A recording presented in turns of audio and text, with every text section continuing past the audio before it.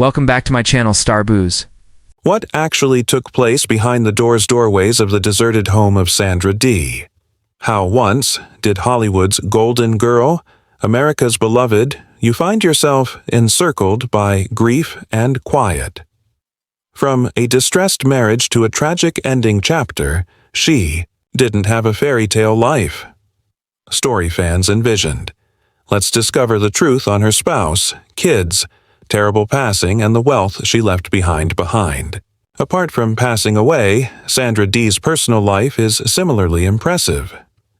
Initially, Bobby Darin and Sandra Dee's, the romance started off like a fairy tale, but turned out to be a bittersweet and incredibly relatable tale influenced by emotional complications, medical issues, and lasting love. They first connected in the Come set in the summer of 1960. The romantic comedy September was shot in Italy. Dee, the young All-American at the time, the girl next door, was just 18, even though her stated age was frequently stated to be 20, a purported adjustment created by Mary Zuck, her mother, who had long-term manipulation of Dee's public image to more closely match Hollywood's anticipations. Bobby Darin is already becoming well-known at the age of 24, the music industry was immediately in love. From the beginning, Darin followed it with intense enthusiasm. Ascertained, he sent her 18 yellow in an attempt to win her heart. Daily flowers, a magnificent romantic gesture that pleased Dee as well as numerous co-workers. Although they courted briefly, and Dee's protective mother objected, December 3rd, 1960 was the date of the couple's elopement. Their choice startled the media and supporters alike, since Dee had already been shown as a chaste and vigilantly protected ingenue. To the general population, they seemed to be a young, glitzy, golden pair, prosperous and incredibly in love. Their early marriage was characterized by moments of exhilaration and happiness. Just a little bit over December 16, 1961, a year later, Dodd, their only child, was welcomed, Darin Mitchell. Their son's birth provided a feeling of security and objective, but below the surface, the marriage was showing signs of weakness. A large portion of this was caused by Sandra Dee long-simmering personal suffering, such as extreme anorexia and a past medical history of maltreatment of children. As she subsequently disclosed, she had sexually assaulted D. Eugene Duvon, stepfather. An encounter had plagued her all of her life. Eventually, she told Darin about the mistreatment, an instance that exposed both the strength of their emotional bond considering the weighty load that was carried in private. Darin's rigorous career continues. Their marriage was difficult. He was frequently on traveling and performing, as well as his frequent health problems, a childhood legacy. His heart was injured by rheumatic illness. Made their family's lives even more complex. He anticipated Dee's assistance by going to his Las Vegas performances, but the setting overpowered her. Already brittle from her mental health and eating disorder difficulties, Dee felt more and more isolated. She disliked being under pressure to seem cheerful and well-groomed while fighting demons that are invisible. The glitter of instead of giving her energy, Vegas made her feel more isolated. By 1963, the toll was excessive. The pair split up. However, their link was too powerful to split entirely, and they momentarily reunited. However, the fundamental problems never entirely settled. Additionally, on March 7th, their divorce was finalized in 1967. In spite of their formal separation, their relationship stayed loving and encouraging. Dee never got in the way of their son's access and even encouraged frequent visits. She appreciated his function as a father and appreciated his continued work, to continue living in Dodd's life in spite of his hectic schedule and deteriorating health. Sandra Dee didn't get married again. Even so, she was admired and had chances. But romantic partnership ever took the role of she and Bobby Darin have one.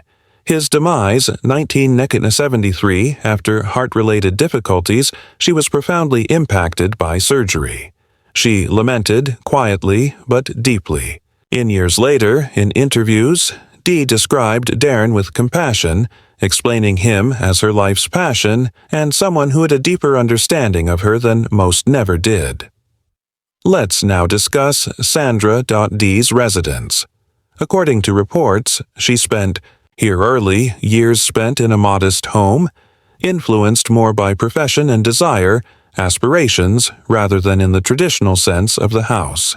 She was mostly raised by her mother. The events of Sandra's early childhood with Mary Zuckin, post-war America's Shadows, era when conventional roles in the family were being redefined. However, her early years were not at all conventional. Her upbringing, although having its roots in a working-class neighborhood, was less defined by local life and more by performance-related pressures and picture. Credible sources provide limited specifics regarding the precise address or design of the house she occupied, but the constant observation is that the home environment was extremely impacted by her mother's emphasis on fostering Sandra's career in show company. Be professional. Zuck, Mary, recognized her as a driven and aspirational woman, daughter as a youngster, but also as a means of achievement. From a young age, Sandra was encouraged to pursue modeling by Mary, acknowledging her attractive appearance and charm. Although the majority of kids were playing with or learning to ride a bike, Sandra, one of the neighborhood friends, was posing before cameras and making an appearance in print commercials. By the age of 5, she was already employed at television ads and swiftly became popular in the modeling sector.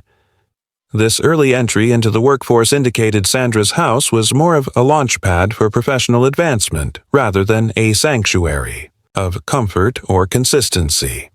The addition of Eugene Duvon, a real estate developer who became Sandra's stepfather, introduced another layer to her early environment. While some might assume that his profession provided the family with a degree of financial stability, and perhaps a move into a more comfortable, possibly middle-class lifestyle, no verifiable records confirm the characteristics of the home or neighborhood people resided in during these years.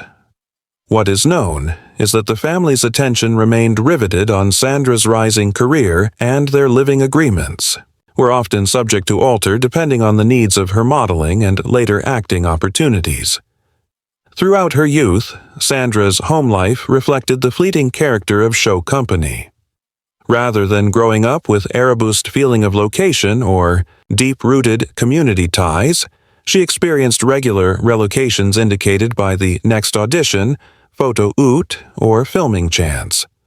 This wandering way of existence, planned by her mother, denied her ability to the opportunity to create enduring friendships or establish a customary procedure related to education and local events.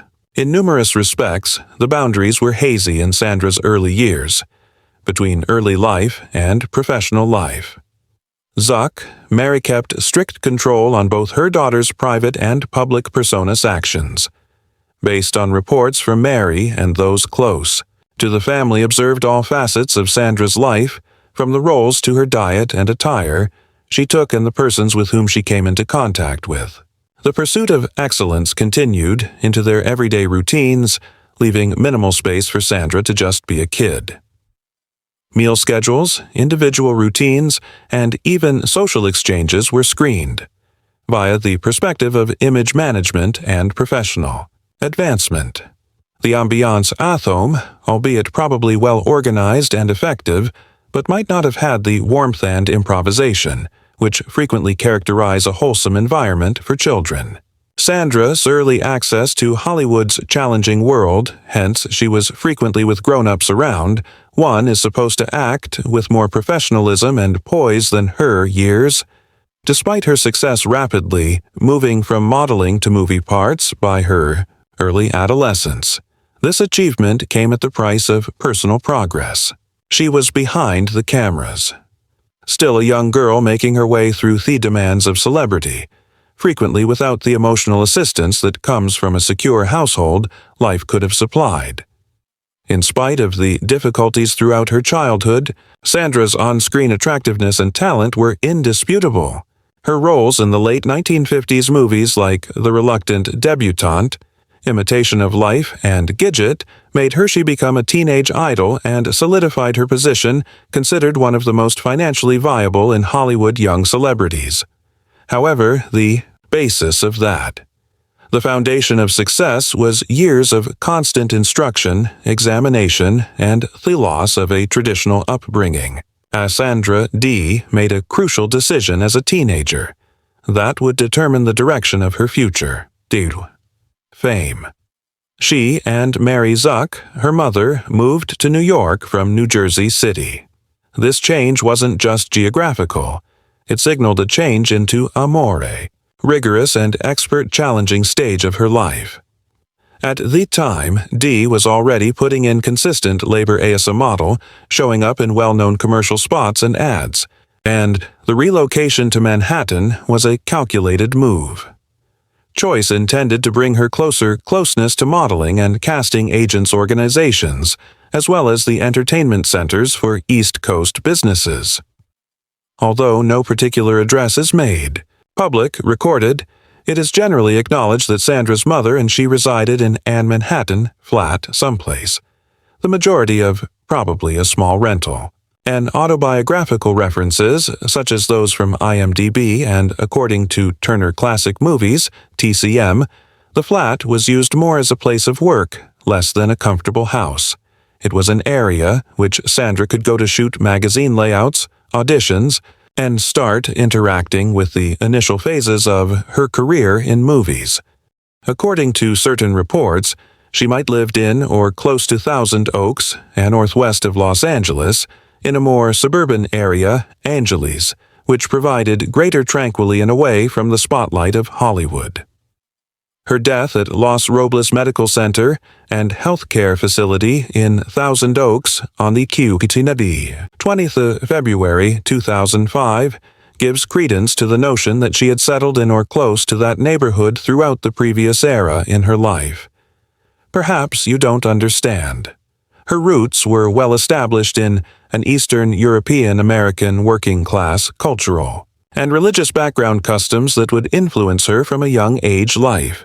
Carpatho's parents, both Rusin ancestry, they first connected as teenagers.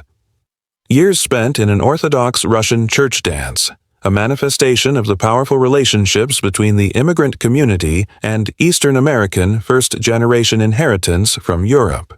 Their love affair developed swiftly, and they were soon married after that. But the union didn't last long. Sandra was 5 years old at the time. Parents were no longer together, a major incident that made a deep impression on her early years. After the divorce, she was Sandra's primary carer, Mary Zuck's mother, a resolute and a driven individual who would eventually become the motivation for her daughter's entree into the entertainment industry. As the young off a couple from Carpatho Rusin, Mary had up with a strong sense of cultural values, stressing diligence, family responsibilities, and resilience. As stated by Sandra's son in his book Dream Lovers, Dodd Darren Mary and her sister Olga, who would go on to become. We were the first generation of Olga Duda, American working-class daughters, foreigners. They grew up in the Russian Orthodox customs. Mary, and the church followed these traditions, transferred to her daughter, who recalled routinely going to church and taking part in social gatherings that included dancing and music. We belonged. Sandra went to a Russian Orthodox church, remembered, and dancing took place at the social gatherings. This early encounter with performance and discipline may have been among the initial embers in Sandra's emerging profession. Under her, mom's under strict supervision, young Alexandra started her career as a professional model by the startling age of 4. It was in this time frame she adopted the performer Sandra Dee, a more glitzy, friendly name that complemented the expectations of the industry for young marketability. It was more than just a name change. It signaled the start of a meticulous, cultivated public image. Her early professional life was mostly located in New York City, and she started appearing frequently in newspaper ads and later in ads on television. Her innate beauty and wide-eyed innocence beauty, she caught people's attention right away. From marketing firms seeking to present the perfect child of America. Sandra didn't have a typical childhood. Normal. As other kids played in the parks or went to school with Sandra, one of her classmates, was negotiating a professional timetable packed with camera crews, modeling jobs, and auditions. Her mother, who recognized her daughter's capacity and resolved to improve the family situation, oversaw every element of Sandra's growing profession. This frequently left not much space for a conventional home life. Sandra was expected from an early age to act in a professional manner, keep a finished look, and adhere to the strict entertainment standards. Sector. Her quick ascent occurred at the cost of mental stability and individual independence progress. A recurring pattern all through her adult life. In spite of the obstacles, Sandra's initial achievements cleared the path for a seamless changeover into performing. Her ease in front of the camera that has been improved via years of advertising work, which made her an ideal candidate for the next generation of teen stars in Hollywood. By early adolescence, she had already showed up in a lot of advertisements and was become known as a composed and attractive young lady. Her mom continued to play a key role in her career, carefully weighing her options, looks, as well as professional chances. The chance. Sandra Dee's this year has been the focus of some uncertainty, in part because of intentional changes made in the early years of her career to assist her in getting more employment chances.